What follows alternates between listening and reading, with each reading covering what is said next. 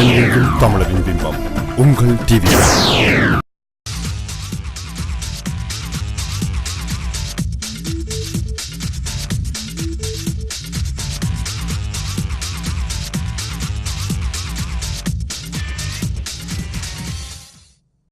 Welcome to CrossRoads on TVI. I'm your host, Parthi Kandavel. This past week saw the Press Freedom Group, Reporters Without Borders, award their 2013 Press Freedom Prize to the Jaffna-based Tamil language newspaper Udayan. Despite operating in Sri Lanka, a country that's ranked 162nd in the Press Freedom Index, Udayan has never balked at covering stories that are controversial in a still fragmented society. As a result, it has borne the target of repeated violence, leading to the departure of many of its employees over the years. 2 were killed in May 2006, and its editor, Yana Sundaram Kuhanathan, was beaten unconscious in Jaffna in 2011. In April 2013, armed government soldiers forced their way into their distribution office in Kilinochchi, smashing equipment and attacking employees with the abduction of its journalists. Threats, attacks on its offices, forced closure, destruction of equipment, and smear campaigns. There is little that Udayan has not endured, and it continues to pay a high price for its uncompromising coverage of the country's situation and its frequent revelations about illegal activity by the government and its armed forces. As a fellow Tamil media, we're very proud and happy to see Udayan's resiliency, courage, and leadership being rewarded and recognized by Reporters Without Borders on an important world stage. In today's show, we have the opportunity to speak with Olivia Chow, Member of Parliament for Trinity Spadina and former Toronto City Councillor for 14 years, as well as being the widow of the former opposition leader Jack Layton. Later in our show, we will have the opportunity to discuss the often debated topic in Toronto living rooms of the suburbs versus the downtown core and the politics of it, with 2 outstanding journalists, Nahid Mustafa and Jonathan Goldsby. As always, we welcome your participation in our show. Please call us anytime at 416-623-8100.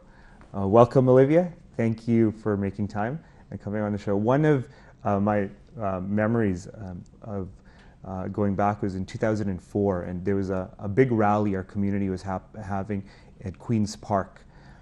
It was September 2004, and I remember your husband and Jack Layton and yourself rode up to the rally in your bikes, and it was a part of a longer history yourself and your husband has had with the Tamil community.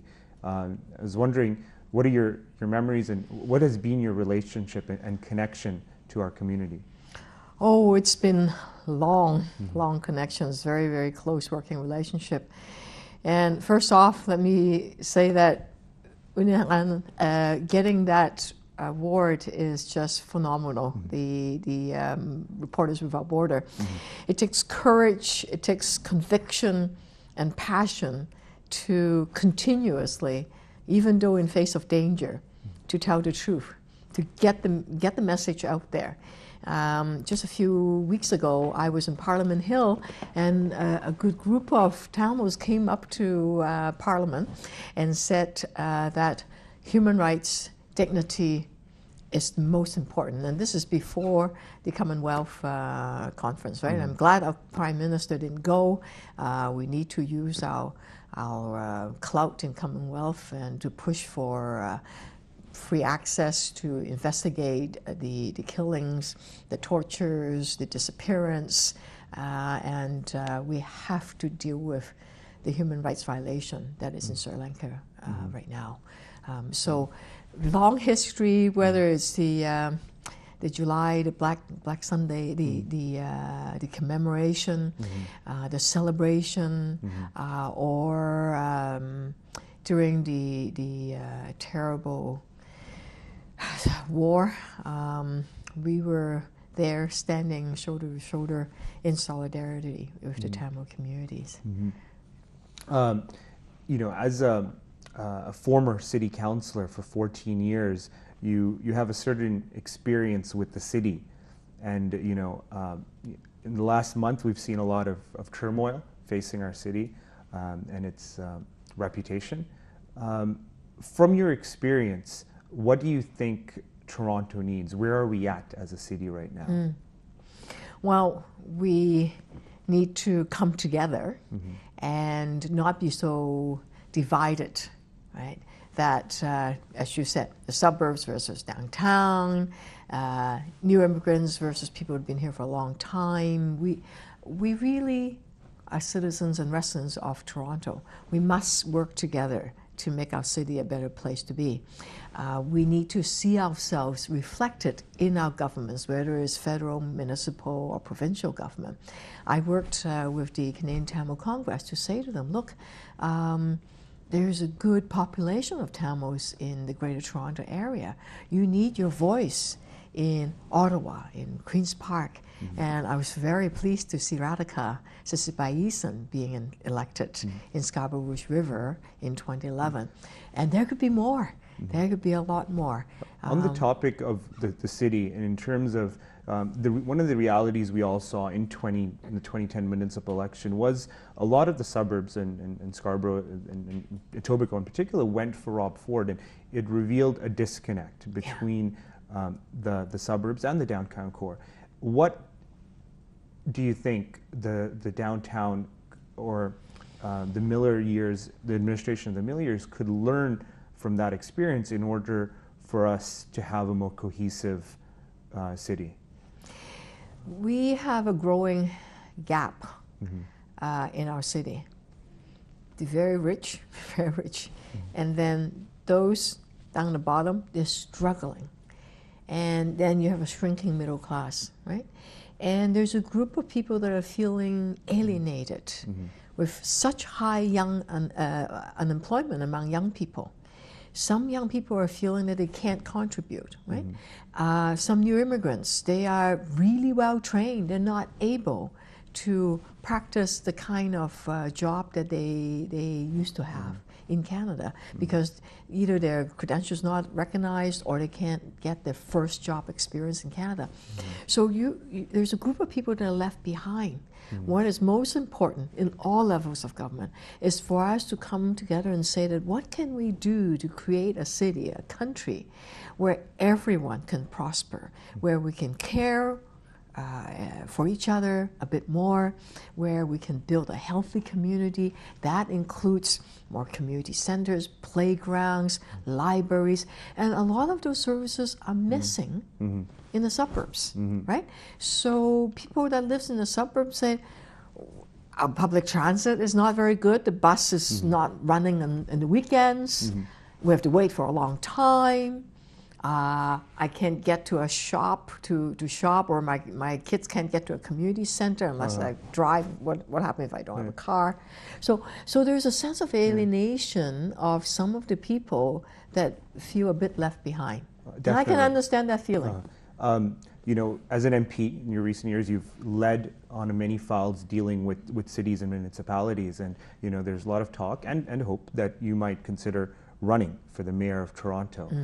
So question A, can you speak to that? And also B, what's your vision in terms of where the city needs to be and to truly be a world-class city? Well, thank you for asking. I love Toronto. I grew up here. I came when I was 13. I'm an immigrant, and my mom and dad wanted to make sure that I have an opportunity to get the best education, best health care, and yeah, Toronto in Canada can unleash the potential of its residents if the residents feel that they can participate.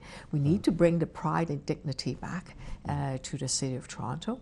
And as to whether I'm going to run or not, well, I do know the city really well, but October 2014 is pretty far away, so I'm actively considering, and we'll see as the new years unfold. You know, I'll see where I go. But as far as vision is concerned, we have such talented people in Toronto.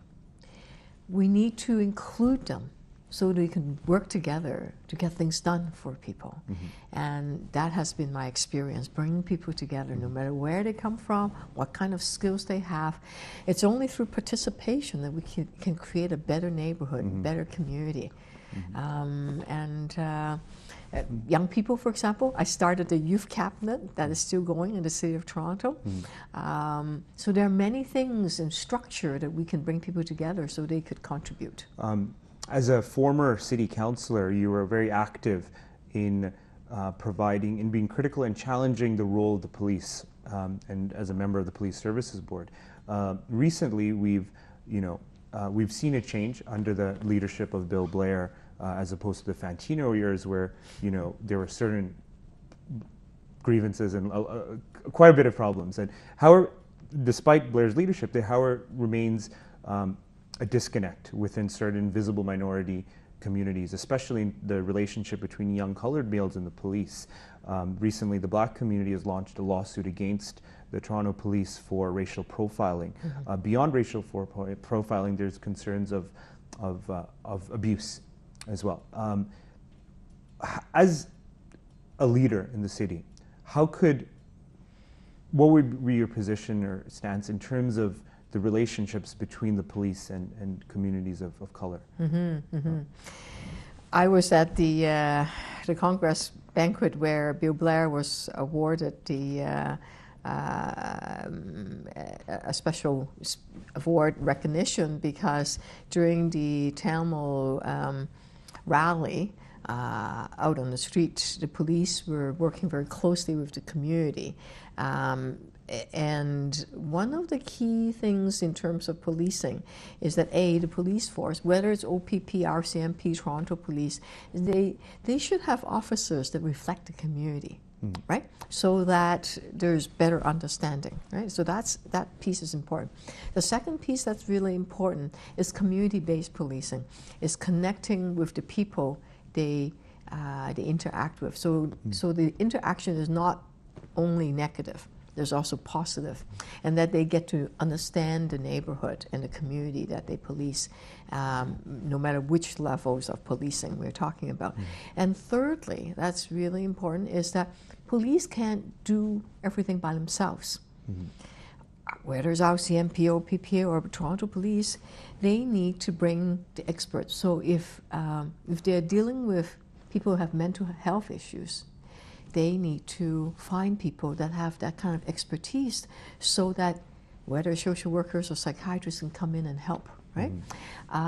They need to open up a system where people can participate more and really build a kind of very modern police force. And so those are the few areas that the better participation, the better it is. I noticed today the policing, the officers, the face of the officers are different. And I think Toronto Police have done quite well in recruiting people from the minorities communities. As a person who's affiliated with a political party, and if you do make that decision to run next year, with it comes the expectation, and rightfully so, that you're a mayor for all of the city, right? And given the argument that much of Ford's agenda of a fiscal conservative agenda is still legitimate in many parts of the city and for many residents, how would you seek to reconcile that as a leader in terms of the desire for fiscal conservatism from the suburbs, and as a progressive politician who understands the need for services? As I said earlier, I came when I was 13.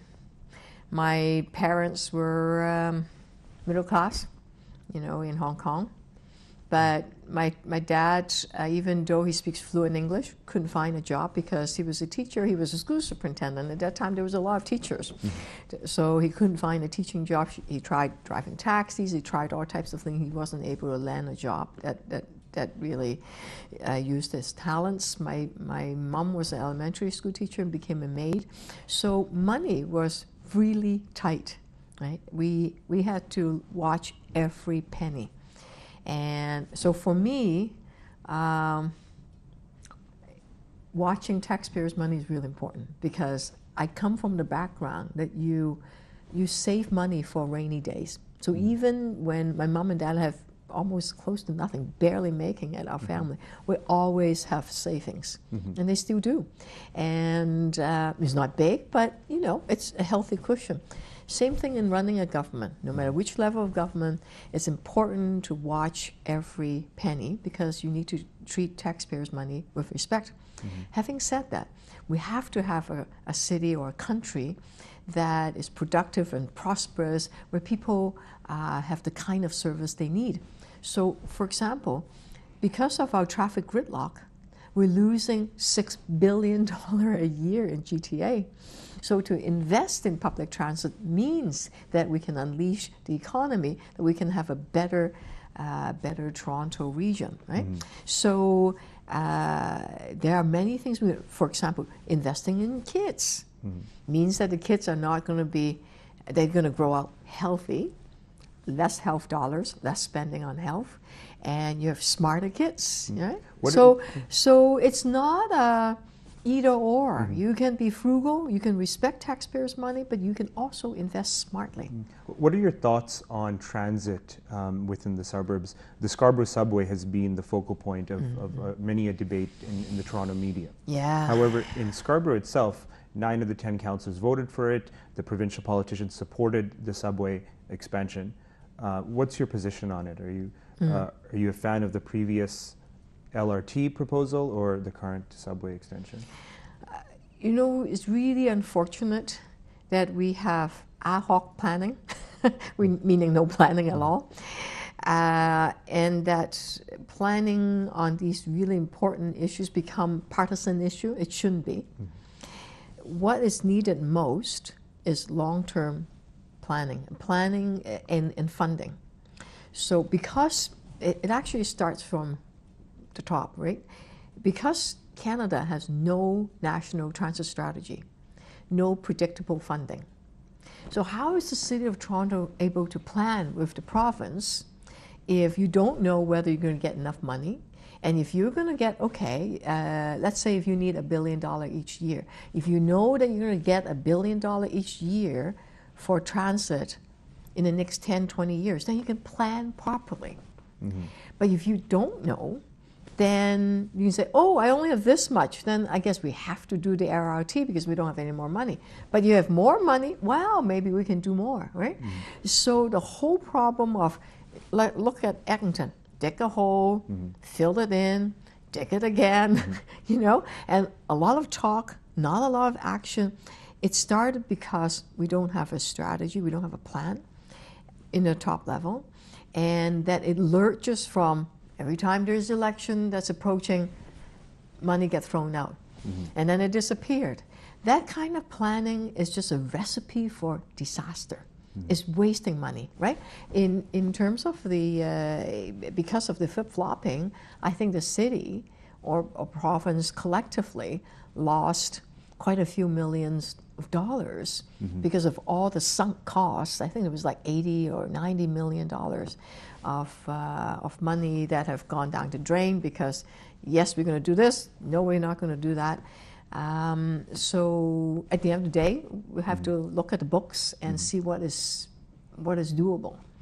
But it starts with leadership and partnership from the federal government also. In terms of reflection, and if we look at the 2003 to 2010 years under David Miller's administration, somebody who was or is affiliated with the NDP,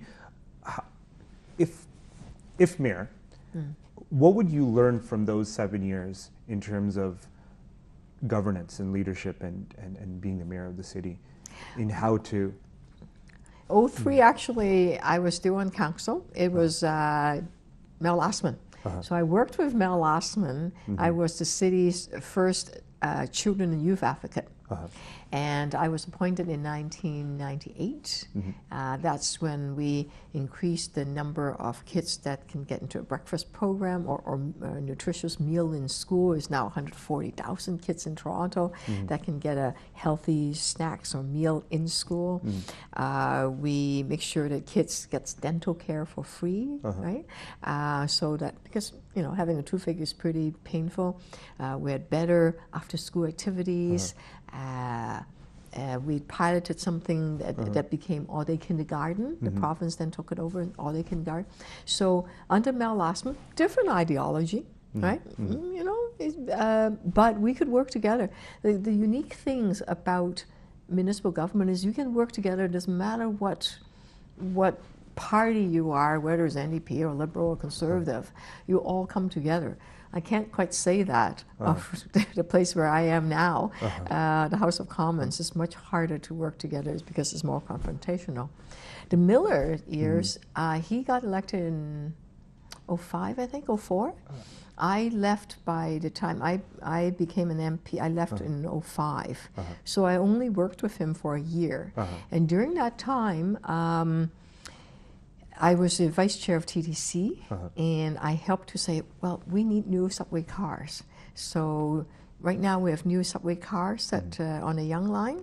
We secured funding from the federal government through the gas tax, and we were able to bring new subway cars into the city. I started with that contract. Of course, it got delivered much later. So there was pretty good investment. Now I could do a lot more, but at that time, that was one of the things I did when Miller was the chair. Unfortunately, it's time for a quick break. Dear viewers, please join us after these brief announcements.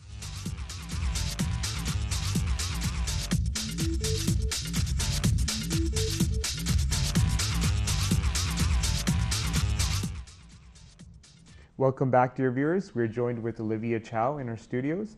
Olivia, as we are finishing up the conversation, we're discussing what many of the suburbs where most of our community lives. In the Miller years of administration, there was a fear that if we have, if you're mayor again, that there's a emphasis on a downtown administration that may disconnect with the suburbs. How would you, as a mayor and in the office of the mayor, reassure that that disconnect wouldn't continue? You're speaking as if I'm running already. Yeah, as if. Yeah. Wow. Okay. But as a leader, I mean, how is the office? As a member of parliament, as a member of parliament, I was both the children's critic, and then immigration, and then now transit, right? Whether it's Canada or Toronto, we're really in it together. And to be so divisive and right now, some politicians like to divide people to say us and them. People that have cars, people that don't have cars, renters, homeowners, immigrants, non-immigrants, right? That's just not helpful. As parents, we want the best for our kids. As commuters, we want to break that traffic gridlock because it's driving me crazy, right? How long it takes to get to work. We want the best education, best health care for our kids.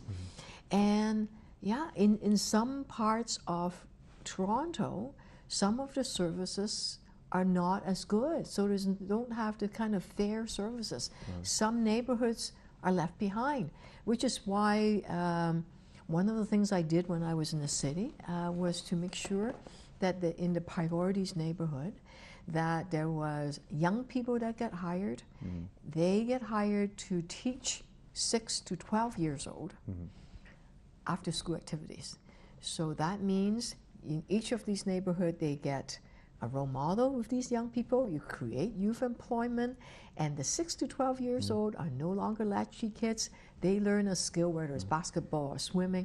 So there are a lot of things you can do together, no matter whether you're suburbs or in downtown Toronto, or Halifax or Vancouver or Whitehorse.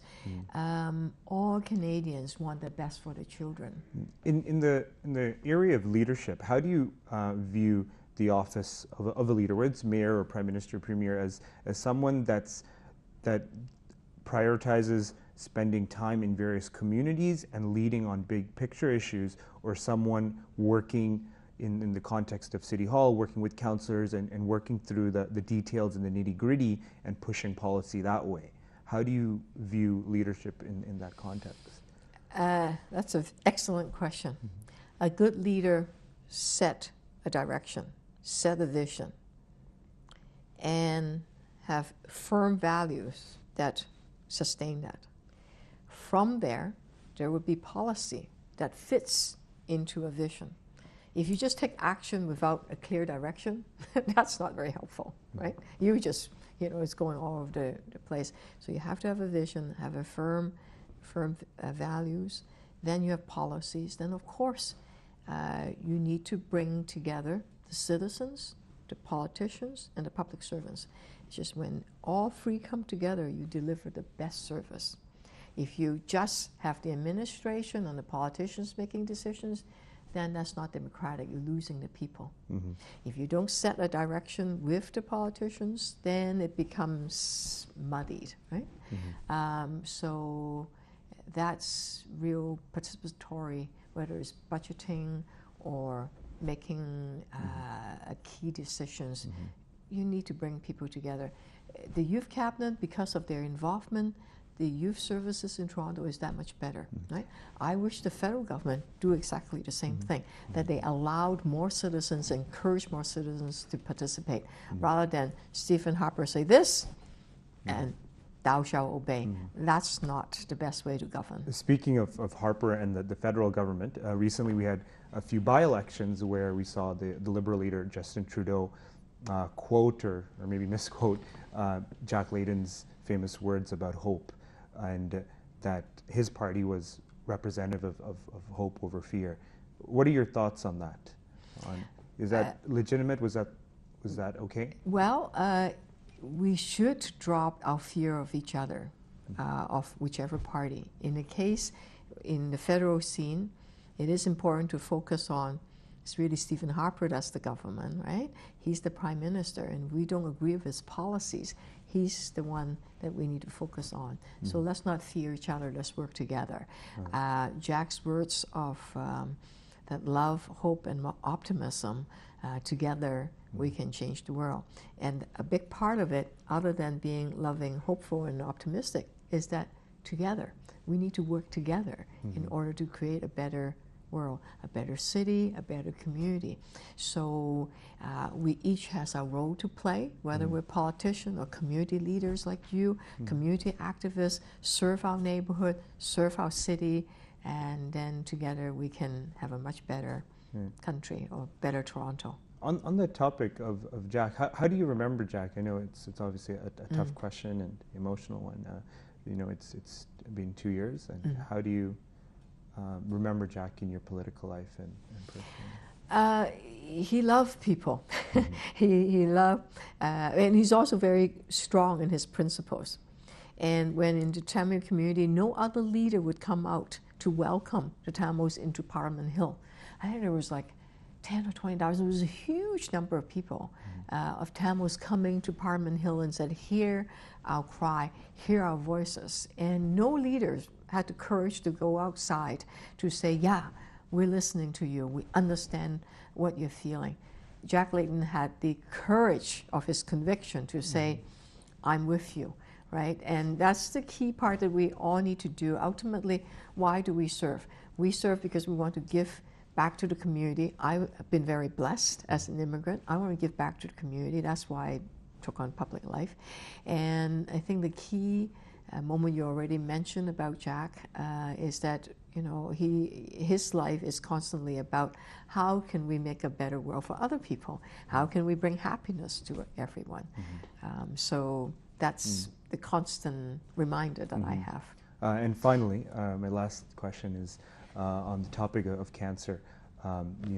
Jack unfortunately passed away to that, and as well as my own father to prostate cancer, and that was a cancer, if detected early, can be treated and taken care of. And yesterday saw the conclusion of Movember, and in our community we had the Tamil Health Association lead a terrific, savvy marketing campaign to promote awareness of the mustache.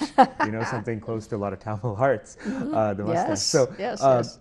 What's your encouragement and words for promoting early detection and getting your tests done to men? Speaking about fear, there's nothing to fear. Knowledge is power. Find out if you have cancer or cancer cells, find out what it is. A lot of cancers are curable, and we have better and better research every day. So talk about it, find out about it, do not fear, live a good lifestyle, treasure every moment that you have with your family. And speaking about that, it's holiday season coming, and have great joyous occasion with your family and your loved ones, and share what you have. And that would make all of us happy, everybody happy. Thank you so much. Unfortunately, that's all the time. Appreciate you coming on, Olivia. It was great Thank to talk to you. you. It was great Appreciate chat. it. Dear viewers, please join us after these small announcements, short announcements.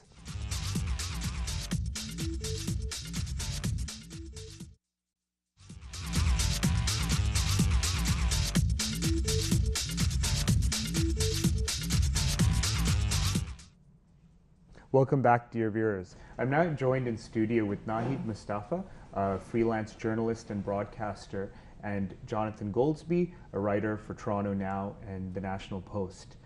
Welcome on the show. Thank you. Thank you. So what prompted this topic was an article you wrote, Nahid, on entitled "Rob Ford and the Two Torontos," and I feel it really captured a missing analysis on the whole Rob Ford story and the Toronto discourse, which I think, and that's the involvement of race within our politics. What prompted that article, and if you could speak to the larger themes within that? Well, I mean, it was something that I'd been thinking about for some time. Even if you think back to the 2010 elections, there was a lot of parsing out of Rob Ford's base and who would be part of that base. And the portion of that conversation that was missing was all about race and ethnicity. Mm-hmm. And you can't really talk about a city like Toronto without talking about race and ethnicity.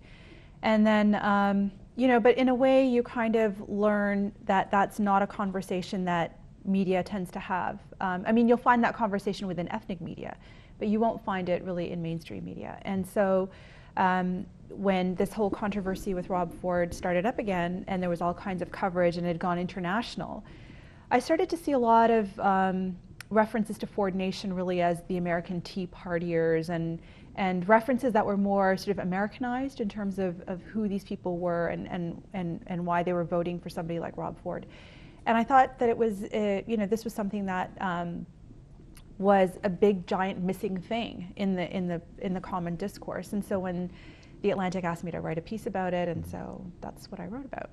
And within your article, you spoke to how a lot of the poor non-white class in the suburbs are often highly educated. Mm-hmm. And what do you think that connection is between a poor or lower middle class non-white educated group with the worldview or the philosophy that Rob Ford speaks to? Well, I mean, Rob Ford is a politician, and I think politicians put out rhetoric and they put out messaging the way any politician does. And I think if you look back at his election campaign, there was a lot of parsing out of that campaign, that he was somebody that had really maintained a message, he'd stayed on message. It was a very well-maintained campaign, it was very well directed, he had a few talking points and he stuck with those. He was out in these communities. Now, whether that is actually something that's been borne out by his time in office is a completely different discussion. Mm-hmm. Calling yourself a money saver, calling yourself the champion of the taxpayer, whether it's Rob Ford or anybody else, doesn't necessarily mean that that's actually what you're doing. Mm-hmm. But if you think about who these people are, right? The sort of the unknown, non-white, suburban poor, the level of frustration that exists when people come to this country. I remember running into a nurse at my doctor's office, and she was from Sri Lanka. Mm-hmm. Perfect English. She'd been working as a nurse for 20 years in Sri Lanka. She was, I forget exactly what her specialty was, but she was somebody with a specialized background. And she came here, part of the reason that she got her immigration was because she was this highly educated, skilled professional. And she wasn't able to give the exams that she had to give because she had to wait around for the TOEFL exam. And she was incredibly frustrated that I'm somebody who speaks perfect English. I work in English, I've studied in English, and yet because I'm not from an English-speaking nation, mm-hmm. my English now has to be assessed. And that's an incredibly frustrating thing for someone who's been working at a fairly high level. And this is a common thing that you will find among non-white immigrants. Mm-hmm. And this isn't just anecdotal. This has been borne out by studies. This is shown in, statistically, that race and immigration, it's a barrier to good employment. Mm-hmm. And this isn't anything controversial that I'm saying. Mm-hmm. And so we've had this constant sort of conversation in the suburbs. people who are shut out of the system. And when you have somebody who's going to speak to you about that, whether he's actually going to do something about it or not is a different thing. But it's the only person who is reinforcing that for you. With that, yeah. So you connect on it. Jonathan, as someone who who lives downtown and speaks to a lot of the urban issues, what are your thoughts on that disconnect? Because if the argument goes that the Toronto downtown core is seen as elites with an aversion to the suburbs, is that reality true within the circles that you see and observe? Well, I think there's an aversion to the built form of the suburbs, in as much as people downtown don't tend to have cars and find it more difficult to travel around there. But I think there are a lot of misconceptions on both sides about how homogenous the other one actually is. The suburbs are extraordinarily diverse, and is where much of Toronto's diversity takes place. And it's of course also deeply economically diverse, and the same is true of downtown. And yet somehow we manage to, well, not somehow, but through deliberate misinformation and through the reinforcing of easy narratives, we manage to get into this place where we believe that the downtown is one particular thing and the suburbs are another particular thing. There is a misconception that Ford Nation is largely white, working class, whatever. But I think it doesn't take a lot of time looking at they don't have to look at it too much to realize that's not. Or that's a gross simplification of it. I mean, it is largely working class. It is largely people who make less money, people who have less education. This is just through the recent polling, and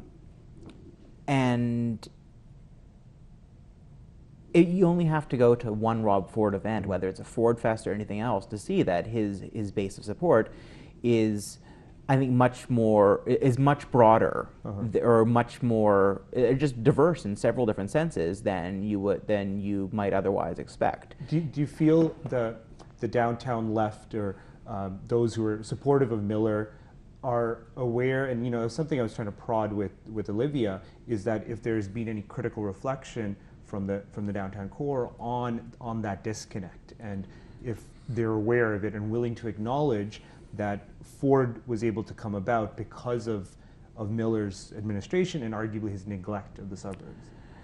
It's hard to say. I mean, there's still disagreement about the degree to which Miller did or did not neglect the suburbs.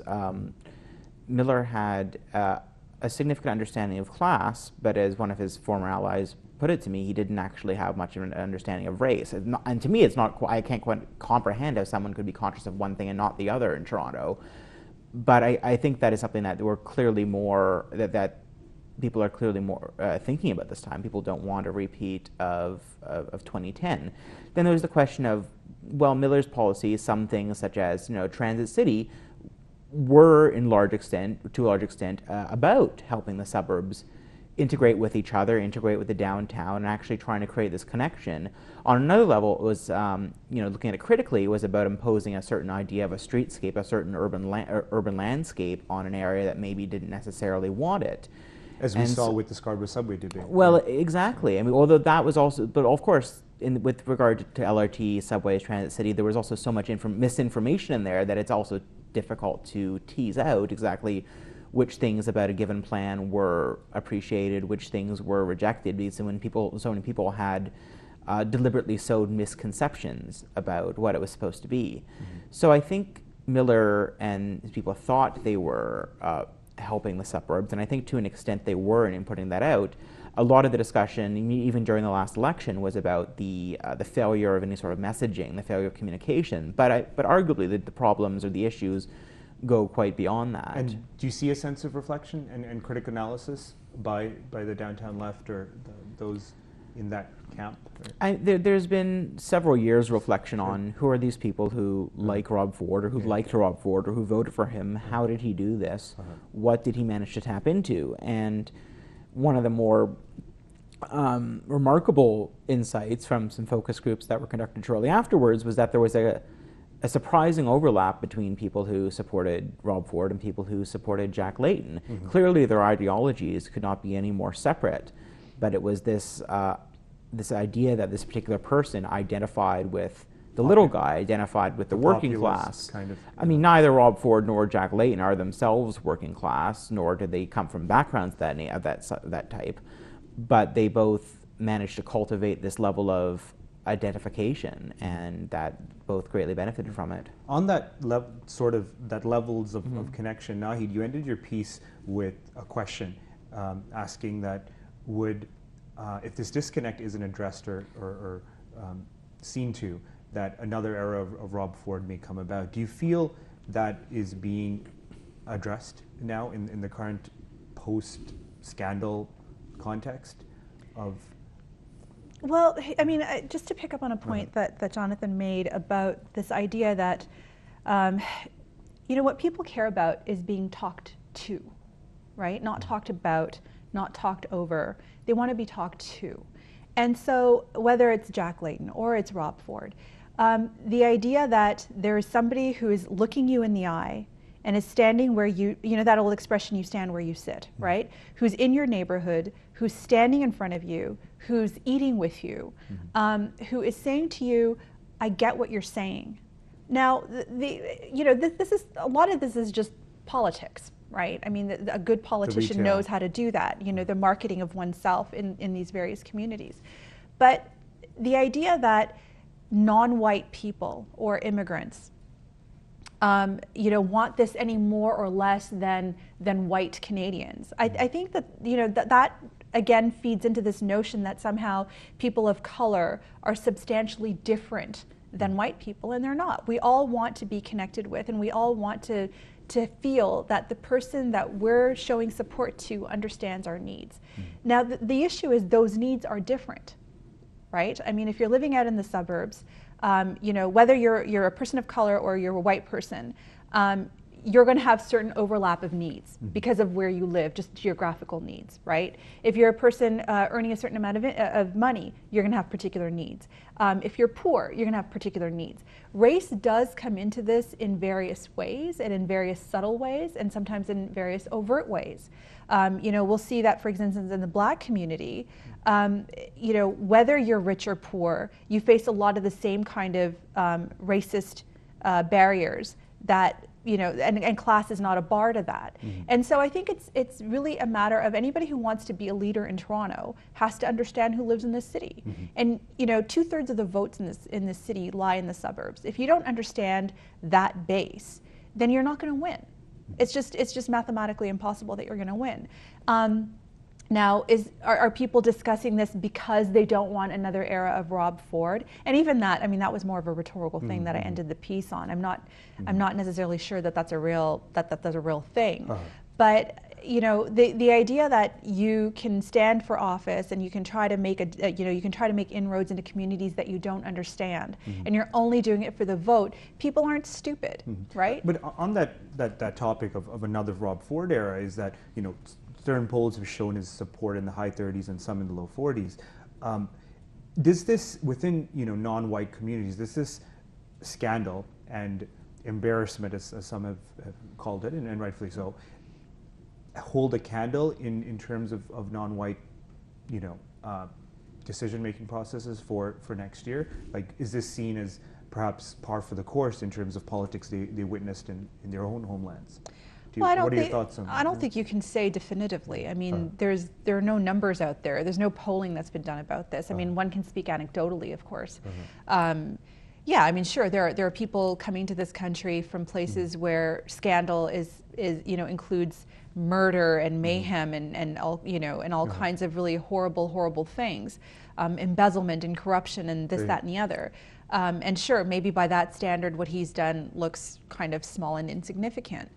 There are people who separate public and private, and so maybe they see this more as a private scandal rather than something that's, a waste of their own dollars. Sure, if you parse out his track record, he hasn't really done the things that he promised that he would do in terms of taking care of taxpayers' money.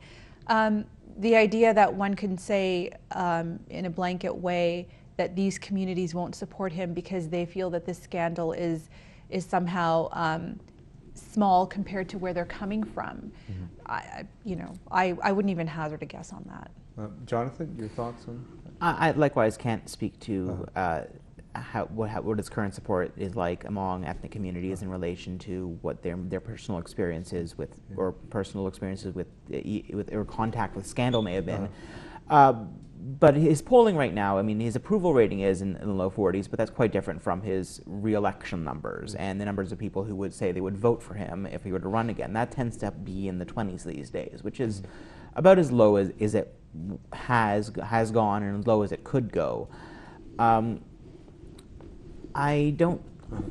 Yeah. As an avid city writer, what do you think are going to be the framework questions for next year's election?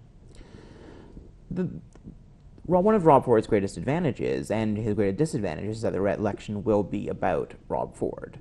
It will be about, do you like the direction he's taken the city in, and do you like what he's done, and do you like him as a person?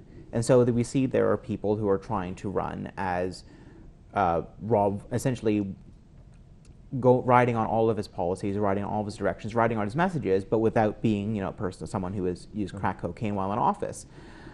Similarly, we have Olivia Chow, who of course is the lone candidate on the left. She's officially not running yet, and we just heard in the earlier part of this program her try to test her particular spin on his messaging and talking about the importance of respect for taxpayers' dollars and watching taxpayers' money.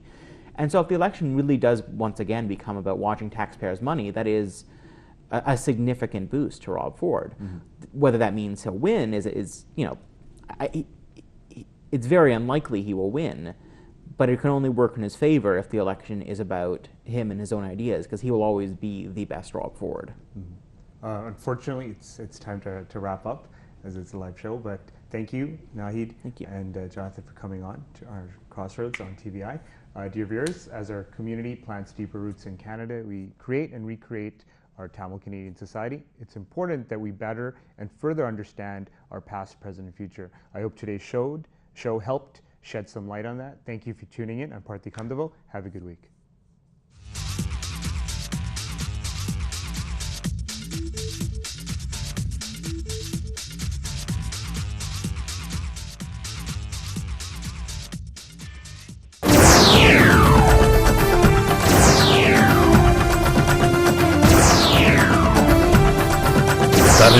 தமிழரின் பிம்பம் உங்கள் TV.